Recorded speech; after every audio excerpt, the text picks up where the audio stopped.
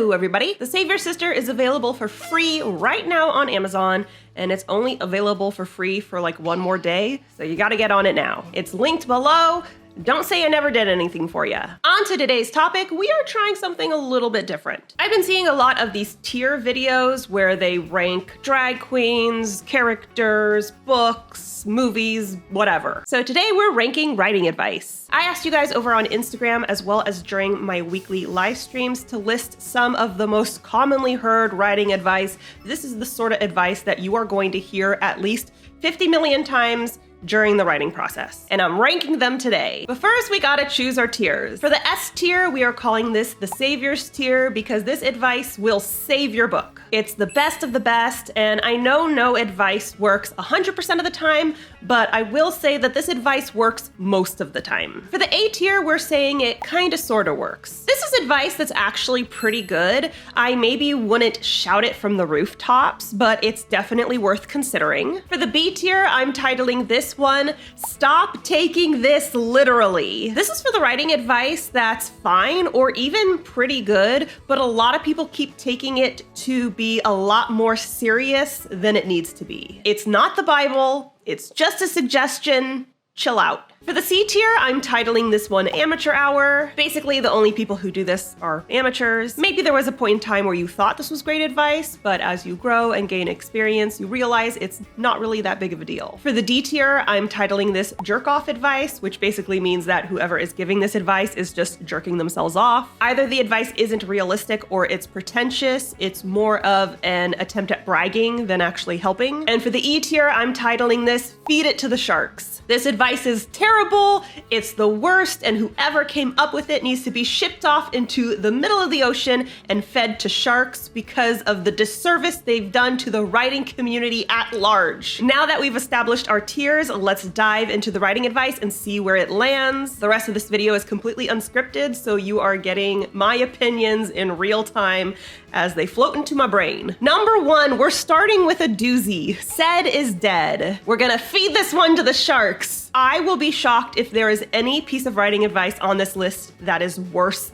than this one. Said is dead is a piece of writing advice that was really popular, especially if you were a millennial in elementary school and middle school. This is something that was hammered into our brains in any kind of creative writing class. And basically the point was, don't say your character said. Don't use said as a dialogue tag. Use something more original, like exclaimed or roared or ejaculated. And that's why so many writers, when they first start their writing journey, they use these horrible, stupid dialogue tags, myself included. Whoever came up with this advice, what the were you doing? Why? What was the reason? It really messed up a lot of writers because this was something that was hammered into our heads in school. We thought it was legit. If you don't know, said is actually the ideal dialogue tag because it's invisible. It lets readers know who is saying the line of dialogue without slowing the pace or taking them out of the story. Of course, you don't want every single dialogue tag to be said,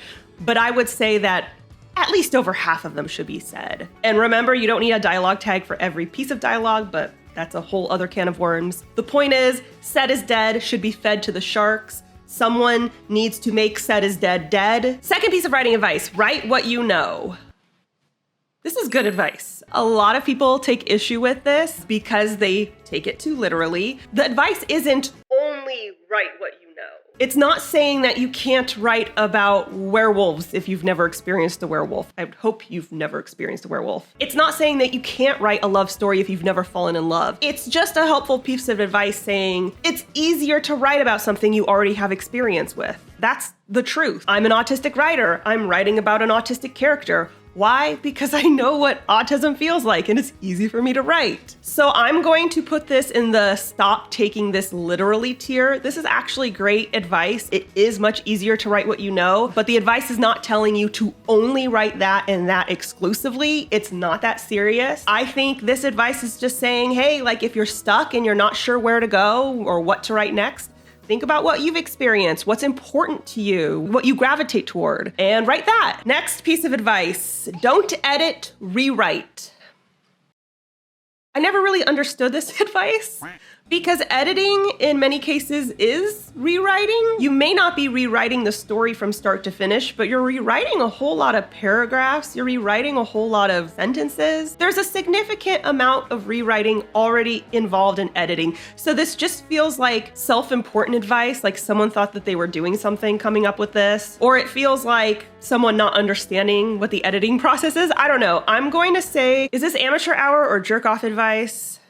Could it be both? Maybe amateur jerk-off advice? Can we say it's in between the tiers? It's not so much that I think this is something only amateurs do. I know plenty of seasoned writers who just rewrite the entire draft from start to finish, and that works for them. I just think that most authors know that editing and rewriting are essentially the same thing. Fourth piece of advice, skip physical descriptions so readers can imagine the characters however they want. Feed it to sharks.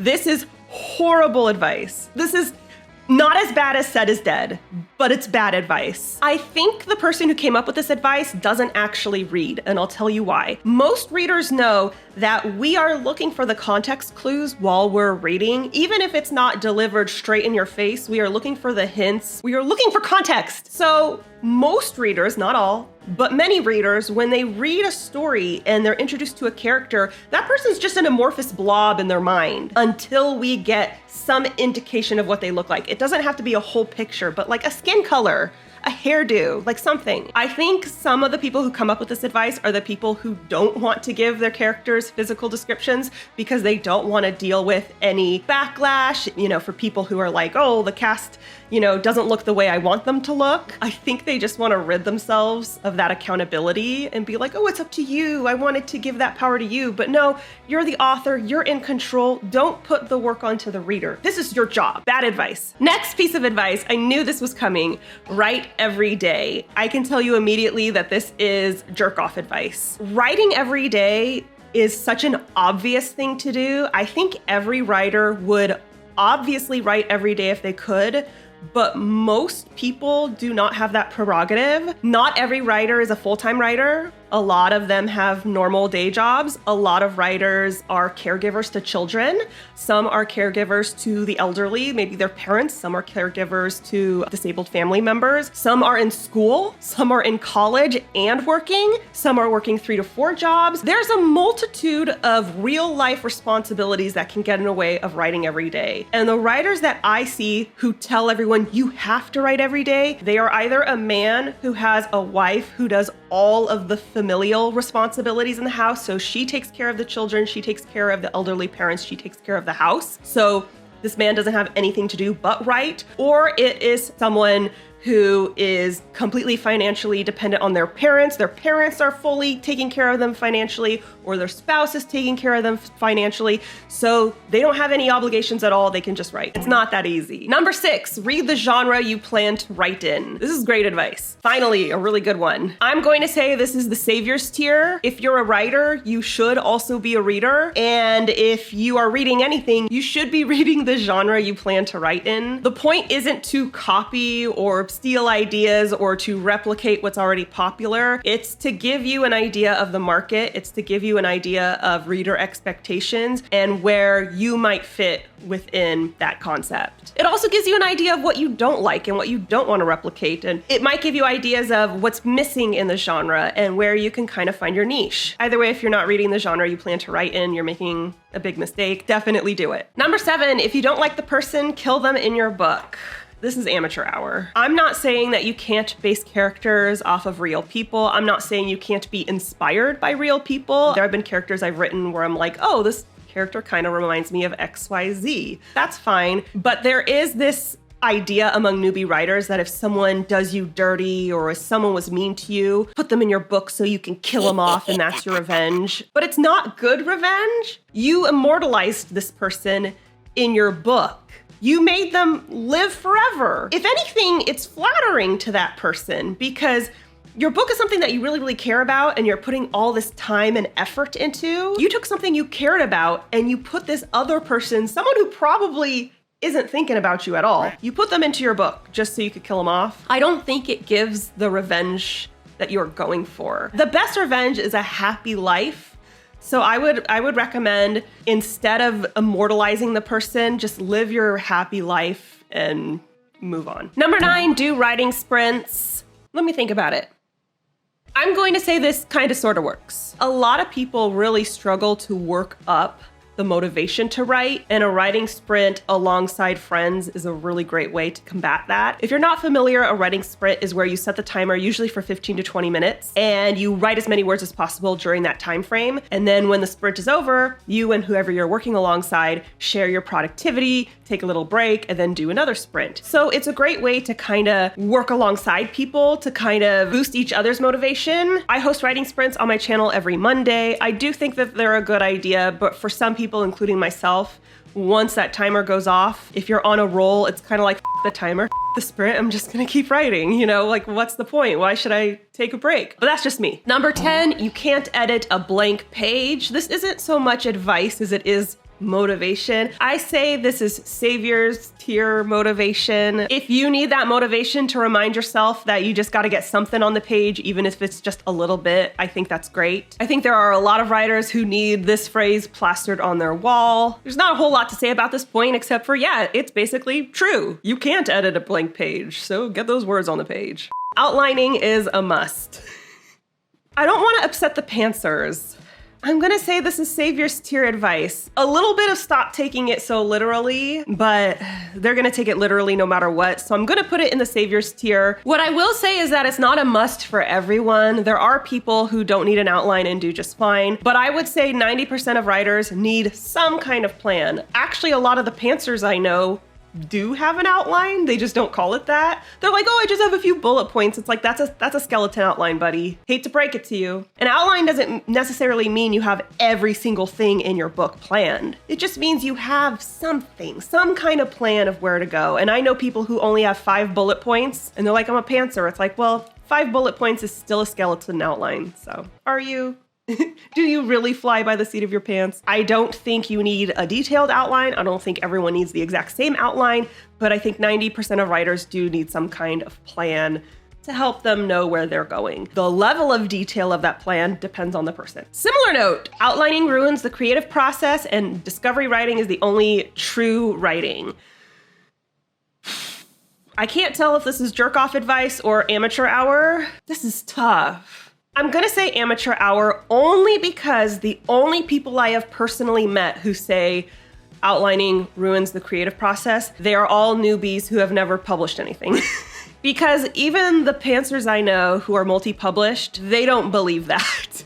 They just prefer discovery writing. They just know discovery writing is more for them. But to say that outlining ruins the creative process, I feel like that's kind of a newbie thing to say. That's someone who's on Stephen King's jock. You know, you would have no problem without an outline too if you were doing all sorts of maybe talk to Stephen King about that. Delete all adverbs.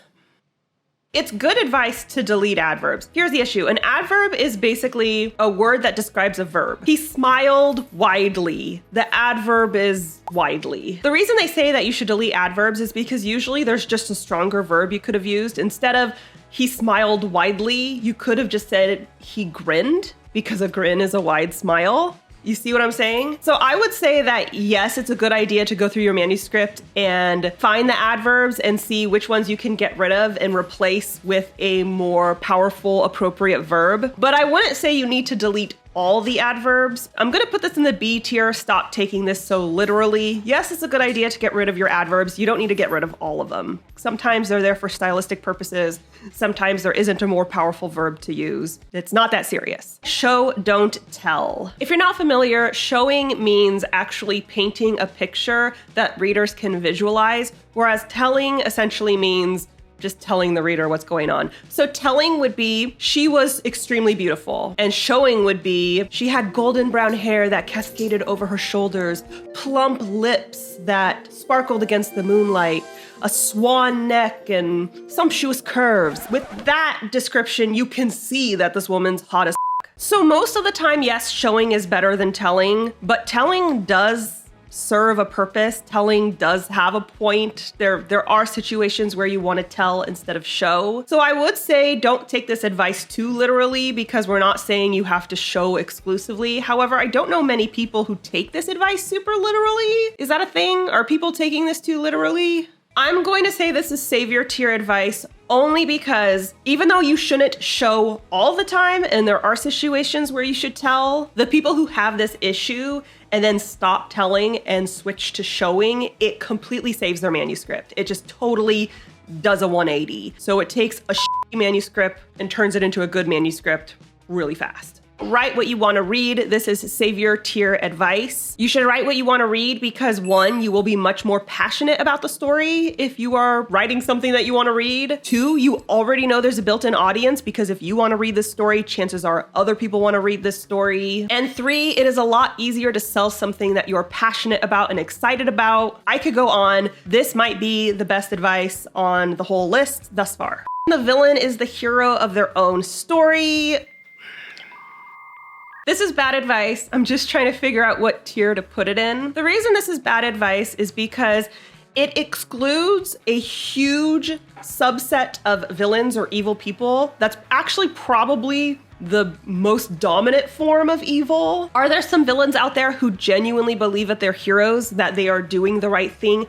Absolutely. But a good chunk of villains, and historically speaking, I would say most villains throughout history, they know that they're not necessarily doing a good thing. They're doing it for selfish reasons. They are doing it for greed. They are doing it for power. They are doing it to benefit themselves. They don't think necessarily that they're a hero benefiting the world. They are taking these evil actions for their own personal gain or pleasure. So to say all villains are the hero in their own story is just flat out incorrect and not great advice. I'm gonna say we feed it to sharks because I know some writers who aren't amateurs and say this, and they write villains. Write drunk, edit sober. I wish this was bad advice. I wish it was really bad. Here's the deal. It's bad advice because alcohol is bad for you, okay? It causes cancer. It is not good. But the truth is, if you're stuck in a scene and you're in your head and you're just like not doing a good job and you have a cocktail, it really does help get that annoying voice out of your mind. It lowers your inhibitions, so you stop second guessing what you're writing and you just write it. That way, once you're sober, you can edit that page that is no longer blank. But it's not healthy and it's not a good habit to have, okay? So I'm not condoning this behavior. I'm gonna say it kind of sort of works. The truth is that it does work, but it's not good for you, okay? So don't do it. Trigger warnings spoil the book.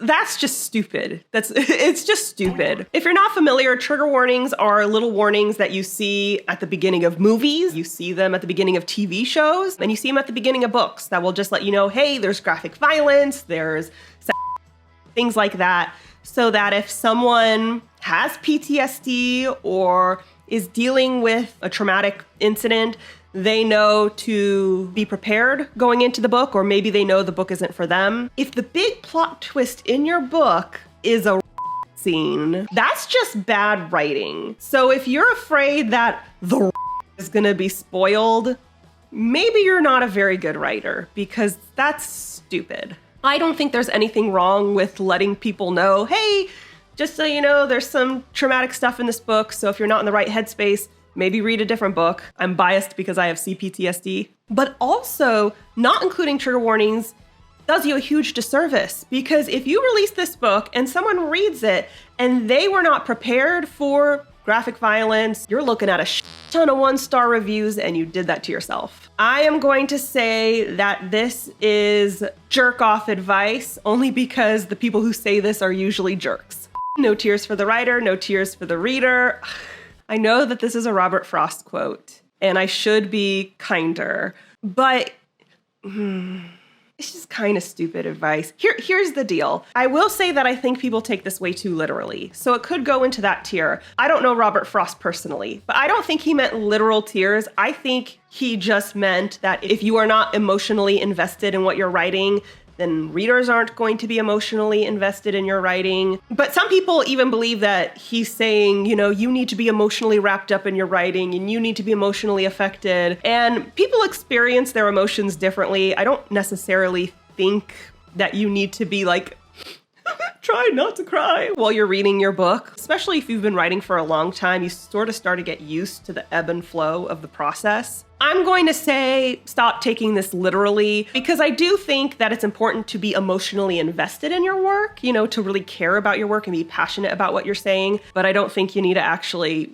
sob all over your laptop. And lastly, write to market. This basically means that you're writing a book with the market at large in mind. You are writing a book knowing that it is marketable, knowing that this is the type of story that readers are gravitating toward at the moment. I am going to say this kind of sort of works. It's a good idea, but not at the expense of your passion. And by that, I mean, don't write a marketable book just because it's marketable, because readers will be able to tell. Write the book that you are passionate about, that you care about, but with the sort of tropes and things in mind that you know are marketable, if that makes sense. You can have both. You can care about the project and still make it trendy, if that makes sense. And also, I don't think this is a slam dunk advice because sometimes markets get oversaturated. We're seeing that a little bit right now with romantasy, where we're seeing the same type of story over and over again. People are starting to get sick of the shadow daddy. So a lot of people are writing to market and they're not considering the fact that they are just adding to an oversaturated trope. So I do think it's good advice overall, but you have to be careful. So that's all I got for you today. If I offended you, I'm not really that sorry, to be honest. If you'd like me to rank more writerly things, whether that's more writing advice or tropes or whatever else, let me know in the comments below. If you'd like help writing your very own book, check out my writing craft books, Shut Up and Write the Book, as well as How to Write Romantasy. They're available at all major retailers. I have them linked below. And if romantasy is more your vibe, check out the first 3 books in the Savior series, The Savior's Champion, The Savior's Sister, and The Savior's Army. They're available in Kindle Unlimited. I also have them linked below. And don't forget to subscribe to my channel. I post new videos on Wednesdays and I host live streams on Mondays. And if you want to be alerted as soon as I upload, ring that bell. Bye. This is Rondies. Why the fuck haven't you subscribed to Jenna's channel? Do you really want to face me? If you don't do it, you know what will happen. I'll rip out your tongue, torture you, then leave your rotten corpse out for the birds to feast on it. Now press the goddamn button. And the bell too.